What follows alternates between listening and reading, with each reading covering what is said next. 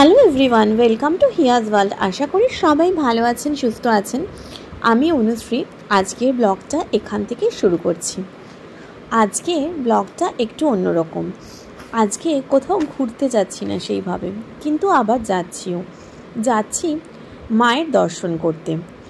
এখান থেকে খুব কাছে, কিন্তু কলকাতা থেকে আসতে গেলে আপনাদের একটু ঘুরে আসতে হবে। আপনারা মেছেদাতে নেমে ওখান থেকে বাসে আসতে পারেন বা তমলুক স্টেশনে নেমেও এখানে পৌঁছতে পারেন। গুড আফটারনুন, বেরিয়ে পড়েছি, যাচ্ছি এখন মন্দিরে। কোন মন্দিরে যাচ্ছি তোমাদেরকে দেখাচ্ছি, চলো যেতে যেতে কথা হবে। বেরিয়ে পড়েছি যাব বলে মা বর্গভীমার মন্দির। মা বর্গভীমার মন্দির রয়েছে পূর্ব মেদিনীপুর জেলার তমলুক শহরে। পূর্ব মেদিনীপুর জেলার তমলুক শহরে অবস্থিত মা বর্গভীমার মন্দির। এই মন্দিরটিকে 51টি শক্তিপীঠের একটি বলেও মনে করা হয়, কারণ শোনা যায় এখানে মা সতীর বাম পায়ের গোড়ালি পড়েছিল।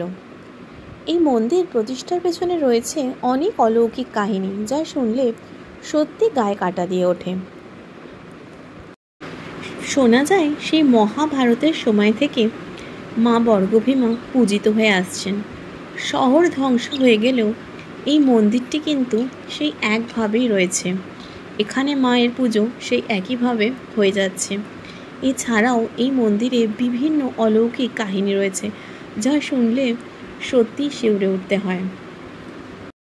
তমলুক শহরের সাথে ইতিহাসের একটা গভীর সম্পর্ক আছে, আমরা সবাই জানি। এছাড়াও স্বাধীনতা সংগ্রামের একটা বড় অবদান রয়েছে তমলুক শহরে। সেই সময় শোনা যায় বিপ্লবী ক্ষুদিরাম বসু মা বর্গভীমার কাছে এসে পুজো দিয়ে গেছিলেন। মা বর্গভীমা কেউ যদি মন থেকে কিছু চায় তাকে কিন্তু ফেরান না। তমলুক শহরে সবাই মাকে পুজো দিয়ে তারপরেই সব কাজ শুরু। এখানে কিভাবে পৌঁছবেন? আমি তো হলদিয়া থেকে যাচ্ছি, আমি এখন রয়েছি নন্দকুমারের সামনে। আমি এখান থেকে তমলুক যাচ্ছি।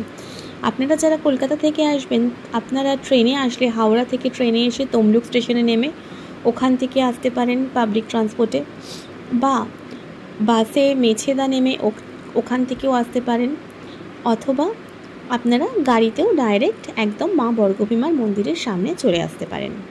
পৌঁছে গেছি তমলুক শহরে। আমি আবার একটু ভাবুক, সেই জন্য, আর যেহেতু ইতিহাসের ছাত্রী, তাই জন্য তমলুক শহরে ঢুকেই মনে হলো যে কত কিছু এখানকার সম্বন্ধে পড়েছি, আজ এই প্রথম এই শহরটাকে দেখলাম, একটা অন্যরকম অনুভূতিই হলো। আপনারাও যারা ইতিহাস ভালোবাসেন তাদের কাছে হয়তো এরকমই মনে হবে। চলুন, গল্প করতে করতে পৌঁছে গেছি মন্দিরের সামনে। গাড়ি পার্ক করে এবার যাই মায়ের মন্দিরের দিকে।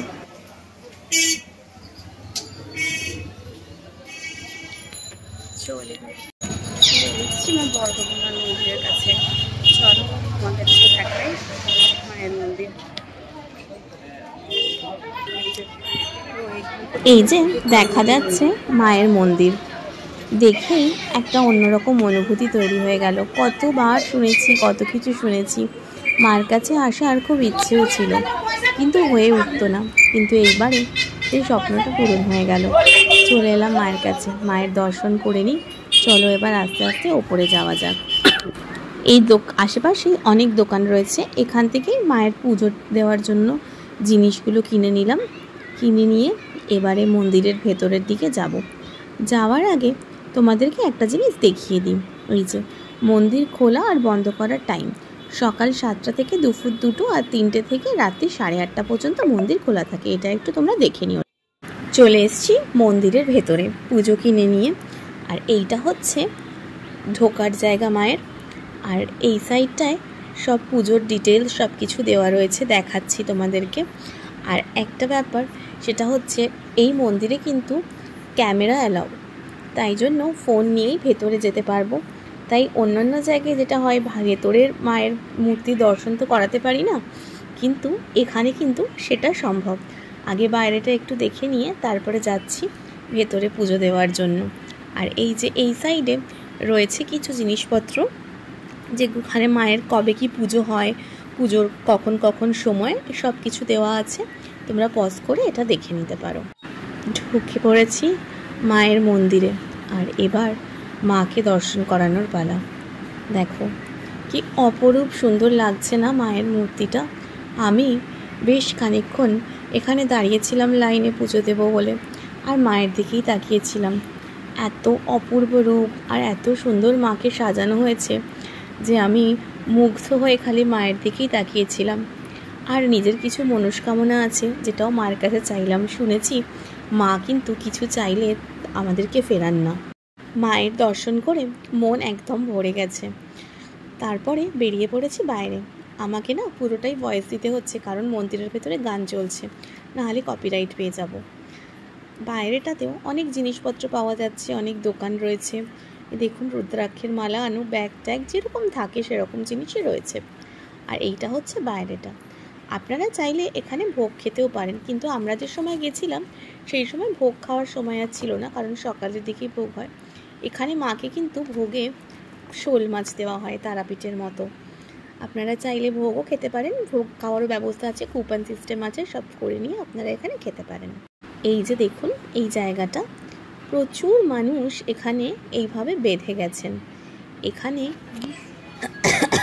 যদি কারোর কোনো মনস্কামনা থাকে আপনারা বেঁধে আসতে পারেন এইভাবে। পরে যখন সেই মনস্কামনাটা পূর্ণ হবে সেটা দিয়ে খুলে দিতে পারেন। এটা খুব সুন্দরভাবে এখানে করা রয়েছে। তারপরে মন্দিরের আশপাশটা আর একটু ঘুরে নিলাম। আরতির সময় হয়ে যাবে, কিন্তু আমাদের একটু দরকার আছে, তাই জন্য বেরিয়ে যেতে হবে। মায়ের দর্শন তো হয়ে গেল, এটাই খুব শান্তি। তারপরে মন্দিরের চারপাশটা একটু ঘুরে নিচ্ছি। খুবই সুন্দর মন্দিরের চারপাশটা, খুবই ভালো লাগবে আপনাদেরও। অবশ্যই এখানে আসতে পারেন, মায়ের দর্শন করতে পারেন। মন্দির ঘোরা হয়ে গেছে, মাকে আবার একবার প্রণাম করে নিয়ে এবার আস্তে আস্তে বাড়ির দিকে রওনা হব।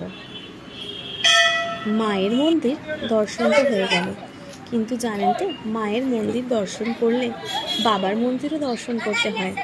আর প্রত্যেকটা মন্দিরের সাথে সাথেই বাবার মন্দিরও কিন্তু থাকে, তাই জন্য চলে এলাম বাবার দর্শন করতে। মায়ের মন্দির অবশ্যই দর্শন, এবার চলে এসেছি বাবার দর্শন করতে। আর তার সাথে সাথে এখানে হনুমানজিও রয়েছেন, হনুমানজির দর্শনও হয়ে গেল। সব কিছু করে নিয়ে মন একদম শান্তি করে এবার আমরা বাড়ির দিকে রওনা দেব। আজকের মতো ব্লগটা এখানেই শেষ করছি। যদি আপনাদের ব্লগটা ভালো লাগে লাইক কমেন্ট শেয়ার করবেন, আর চ্যানেলটা অবশ্যই অবশ্যই অবশ্যই সাবস্ক্রাইব করবেন। Thank you. দেখার জন্য অসংখ্য ধন্যবাদ সবাই।